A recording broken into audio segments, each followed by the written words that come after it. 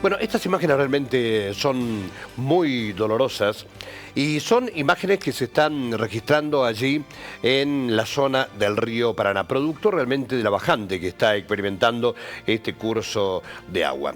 Bajante que por otra parte es una de las más fuertes de la historia y que está generando esta situación crítica con los animales. ¿Qué pasa con los animales? Ellos comienzan a buscar comida, comienzan a buscar agua, pero ¿qué sucede? Quedan atrapados en la orilla y debido al deterioro del estado físico no pueden salir y finalmente terminan muriendo. Un productor de la zona dijo: llevamos 50 vacas muertas, solo quedan unos terneros. Las vacas estaban muy débiles, se empantanaron y al intentar moverse quedaron tiradas y debilitadas por la falta de alimento. Tenía entre 200 y 250 animales. La crisis podría empeorar. En total se estima que hay entre 8.000 y 10.000 cabezas en la zona de las islas, allí en el partido de Colón. Para enfrentar esta situación, los productores están reuniendo la mayor cantidad de animales posibles dentro de los corrales, evitando de alguna manera que puedan llegar a este tipo de lugares donde después se terminan directamente empantanando y no pueden ser rescatados. Si los alimentan en los corrales con alimentos balanceados, allí tienen agua y demás. ¿Por qué? Porque fíjense que en algunos casos los mismos productores salen a hacer recorridos nocturnos para tratar de encontrar animales que a lo mejor han quedado empantanados y buscan rescatarlos, pero se hace imposible porque lo sacan en algunos casos cuando pueden con lazos, con caballos, con maracates. No se pueden usar tractores porque no lo permiten cruzar a las islas. Así que, bueno, se la tienen que ingeniar realmente para tratar de rescatar los animales como puedan. Esto es lo que está pasando con la bajante del río Paraná, bajante realmente histórica. Y tenemos allí, en ese lugar, a Enzo Culazo Orué. Él es abogado, es activista y ya lo estamos saludando. Enzo, buenas tardes, ¿cómo te va? ¿Cómo estás? Buenas tardes, muchas gracias por comunicarse. Bueno, Enzo, realmente es un placer. Quiero contarles que Enzo es integrante de la Asociación Argentina de Abogados Ambientalistas y del Colectivo de Acción por la Justicia Ecosocial. Bueno, Enzo, probablemente hayas escuchado lo que yo le estaba contando a los amigos televidentes acerca de lo que está ocurriendo con el ganado.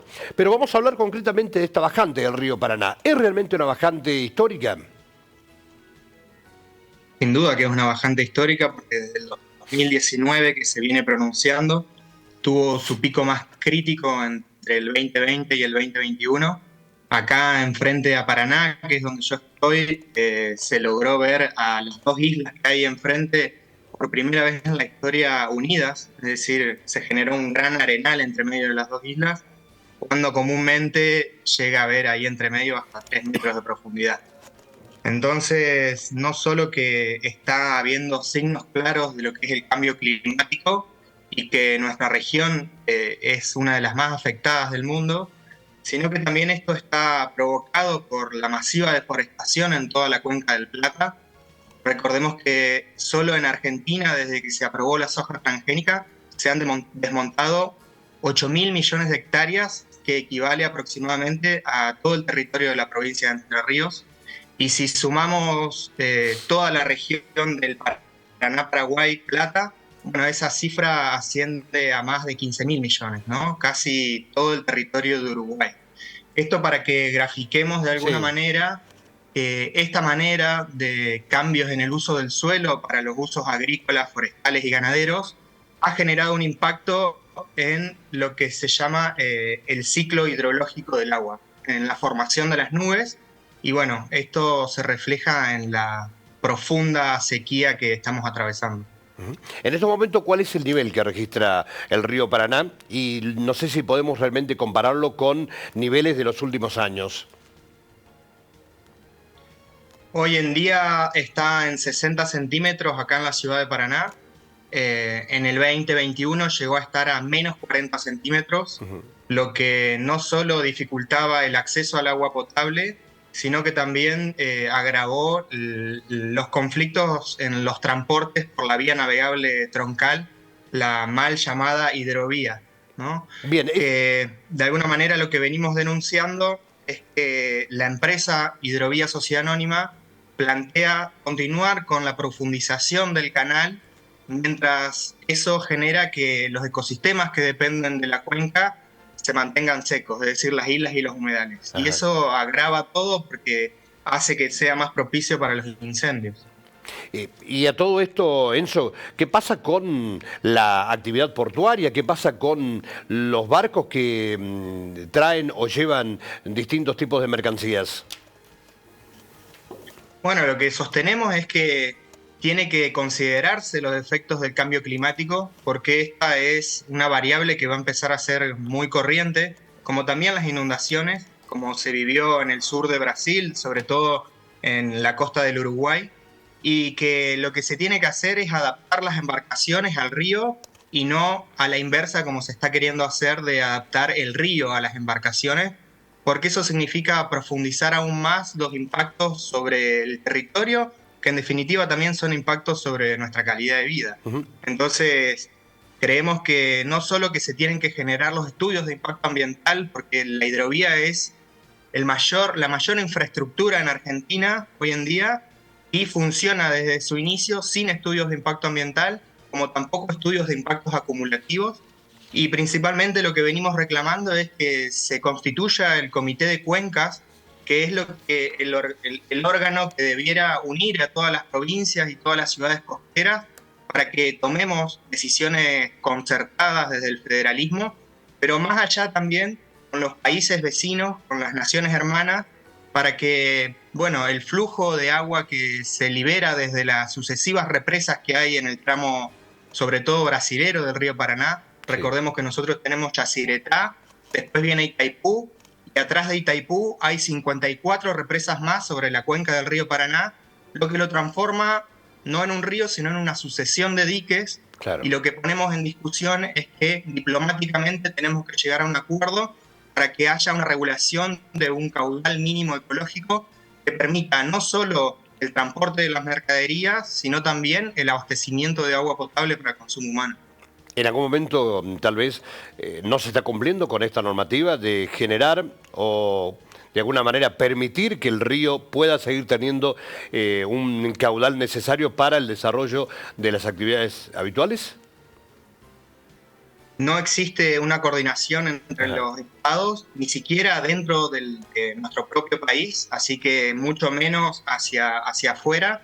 En la mayor sequía histórica, bueno, se hizo pedidos desde Cancillería para que liberen un poco de agua, porque realmente era muy crítica la situación, al punto que, tal como te digo, las bombas que extraen agua del río Sí. Paraná no llegaban a tomar el agua y, bueno, Ujú. tuvimos graves problemas. Enzo, que esto cambie, por lo menos en el corto plazo, depende exclusivamente de las lluvias que se pueden llegar a producir en la cuenca del río, depende que tal vez llueva allí en las provincias argentinas, ¿o de qué depende?